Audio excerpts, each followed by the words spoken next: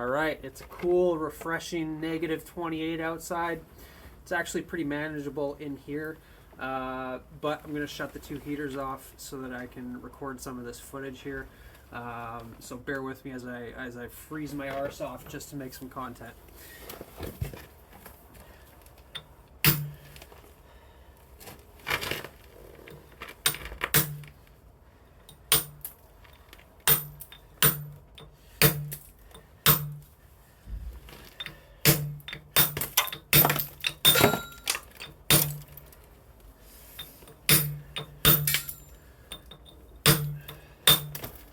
Could go straight in with the pneumatic, but I mean, honestly, if you can pitch it off with a tracer or a pitcher and a lump hammer, just a 3-pound mallet, you're going to save some time. But I do have to be careful down here at the bottoms because I curved it more intentionally, so I'd be taking off thinner and thinner slices as I get to the bottom.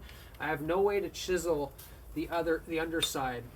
Like normally with a piece of stone, it's manageable in size so that you can actually turn it or rotate it, pivot it, so that you can access a chiseling, a working angle on the stone. So I can't do that with the underside down there. It's 12,000 pounds. I can't just, there's nothing I can do. So I'm basically just going to chisel as close down to that bottom arris or corner piece, right, of the stone. And I'm not going to knock that last little bit off by hammer and chisel. I'm going to take my grinder. I'm just going to grind off that last kerf that's essentially the left.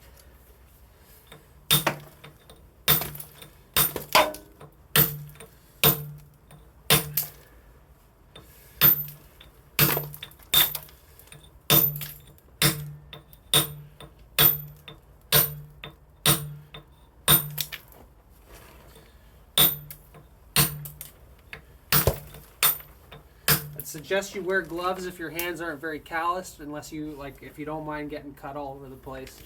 Put on some gloves, but you develop calluses over time.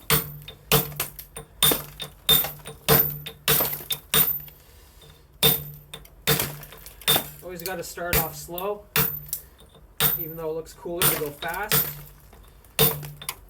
But you need to start off slow so that you can get a feel for the stone and how it behaves.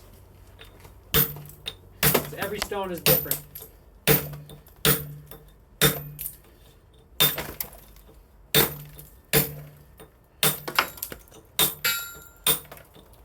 I'm using a 1-inch tracer here as opposed to a 2-inch like this one here, because the 2-inch would be better for taking off flat segments, because this is a curved and twisted edge that I'm just trying to get to a rough spot where I can then grind it out or use pneumatic hammer and chisel to just kind of buzz it clean and get a nice edge, and then I can work it from there.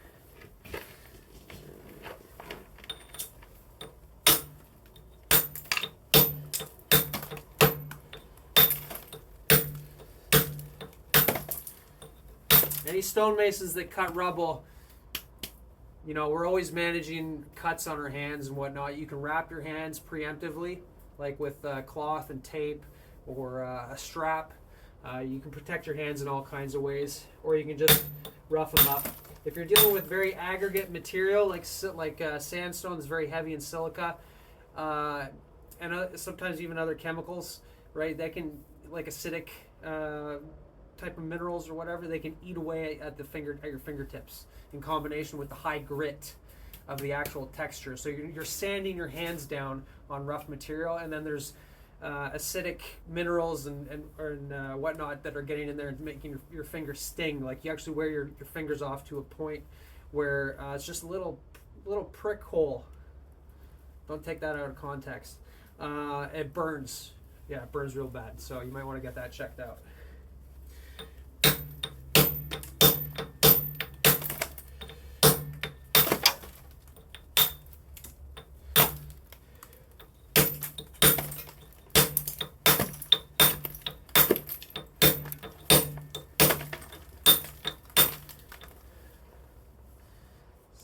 I don't want to over pitch that and take off the underside. I got to be super careful there. So I'm going to try and hit it from the underside on an angle.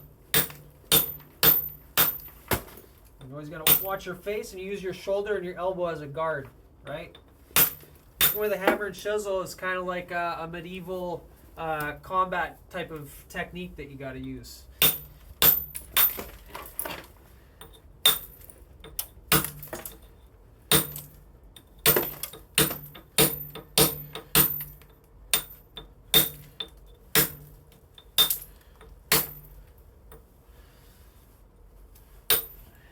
I think I'm clean to take off a little bit more.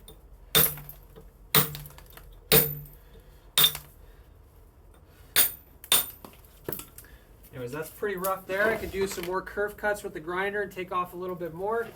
I got to work this section here. I'm going to run out of battery on my phone, so stay tuned for the next one. Hope you enjoyed.